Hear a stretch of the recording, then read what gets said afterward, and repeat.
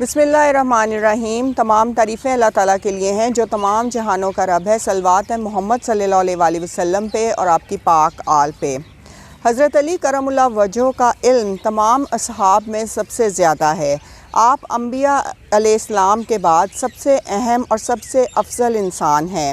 علم مولا علی علیہ السلام کے روئیں روئیں سے پھوٹتا تھا اور حکمت نے آپ کا احاطہ کیا ہوا تھا۔ علی علیہ السلام وہ پہاڑ ہیں جن کے ایک پتھر سے علم کے چشمے پھوٹتے ہیں۔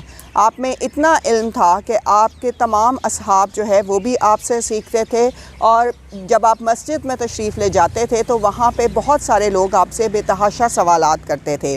ایک مرتبہ ایک شخص مولا علی علیہ السلام کے پاس آیا اور نہایت احترام سے عرض کیا کہ یا علی، میں سفر کا ارادہ رکھتا ہوں لیکن رستے میں مجھے شیر اور درندوں کا خوف رہتا ہے۔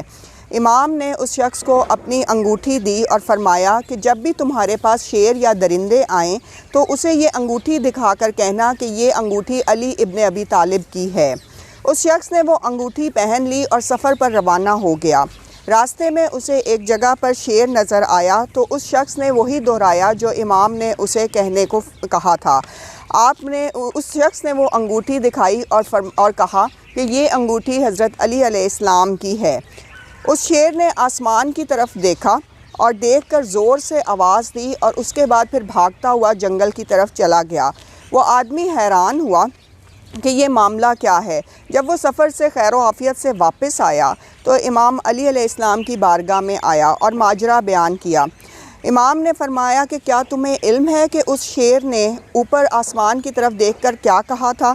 اس شخص نے کہا کہ نہیں، یہی میں آپ سے پوچھنے آیا ہوں۔ اس شیر نے آسمان کی طرف منہ کر کے زور سے آواز لگائی اور اس نے کہا کہ قسم ہے اس ذات کی کہ جس نے آسمان کو قائم کیا کہ میں ان شہروں میں ہی اب نہیں رہوں گا جس میں میری شکایت حضرت علی علیہ السلام سے کی جاتی ہے۔ یہ وہ امام ہیں جن کا ادب جنگل کے شیر بھی اس قدر کرتے تھے کہ وہ جرأت ہی نہیں یہ برداشت کر پاتے تھے کہ آپ تک ان کی کوئی شکایت پہنچے۔ اس کے علاوہ ایک اور واقعہ اس طرح سے ہے کہ جب مولا علیہ السلام نے یہ کہا کہ پوچھو مجھ سے کیا پوچھنا چاہتے ہو، تو ایک شخص نے کہا کہ میں آپ سے یہ پوچھنا چاہتا ہوں کہ اللہ تعالیٰ نے آج میری تقدیر میں کیا لکھا ہے اور میں آج کیا کھانا کھاؤں گا؟ تو آپ نے فرمایا کہ تم آج دودھ چاول کھاؤ گے۔ اس نے کہا کہ پھر میں آج صرف دودھ چاول ہی نہیں کھاؤں گا، اور میں دیکھتا ہوں کہ میں یہ نہیں کھاؤں گا اور اس کے علاوہ سب کچھ کھا لوں گا۔ آپ نے کہا کہ جاؤ پھر جا کر آزما کر دیکھ لو۔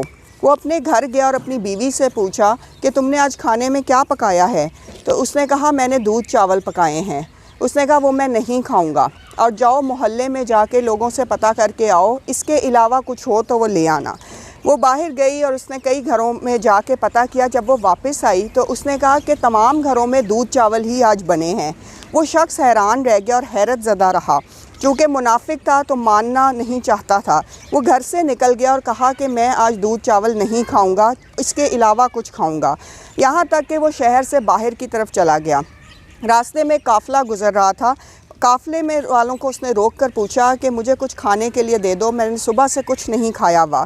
قافلے والوں نے کہا کہ ہمارے پاس کھانے کے لیے جو موجود ہے ہم اسے تمہیں بتاتے ہیں۔ جب انہوں نے بتایا تو انہوں نے کہا کہ ہمارے پاس دودھ چاول ہی ہیں۔ وہ پھر حیرت زدہ رہ گیا۔ اس نے کہا اس کے علاوہ کچھ دو۔ تو جب قافلے کا جو سردار تھا وہ آیا، اس نے کہا کہ ایک تو تم ہم سے کھانا طلب کرتے ہو اور پھر جب ہم بتاتے ہیں تو تم کھاتے نہیں ہو۔ اس نے کہا کہ اس کو پکڑ لو اور اس کو یہی کھانا کھلاؤ، یہ ہماری توہین ہے۔ اس شخص کو اس کھانے کو کھانا بھی پڑا اور اسے مار بھی کھانی پڑی، کیونکہ قافلے کے سردار نے اسے سخت سزا دی اور اس کے بعد دودھ چاول کھلائے۔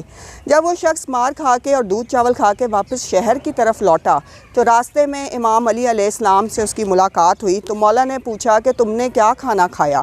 تو اس شخص کی زبان چپ تھی اور بند تھی۔ کہا کہ میں نے دودھ چاول نہیں کھائے۔ تو مولا نے فرمایا کہ جھوٹے، تو نے مار بھی کھائی ہے اور تو نے دودھ چاول بھی کھائے ہیں، اور تو اس قدر منافق ہے کہ ابھی بھی ماننے سے ٹلا ہوا ہے۔ اگر تو نے میری بات مان لی ہوتی تو نہ صرف تو صرف دودھ چاول کھاتا، یہ مار تیری قسمت میں نہ لکھی جاتی۔ سبحان اللہ۔ مولا علیہ السلام کا کہنا، مولا علیہ السلام کا علم اور آپ کی ایک بات کو بیان کر دینا اس طرح سے اٹل حقیقت ہوتا تھا اور آج بھی ہے، کیونکہ اللہ تعالیٰ نے آپ کو وہ درجہ دیا ہے کہ آپ انبیاء کے بعد افضل ترین انسان ہیں۔ اللہ تعالیٰ ہمیں آپ کی زندگی سے سیکھنے کا بہت موقع عطا فرمائے اور آپ کے کرم سے ہمارے درجات بلند کرے۔ جزاک اللہ۔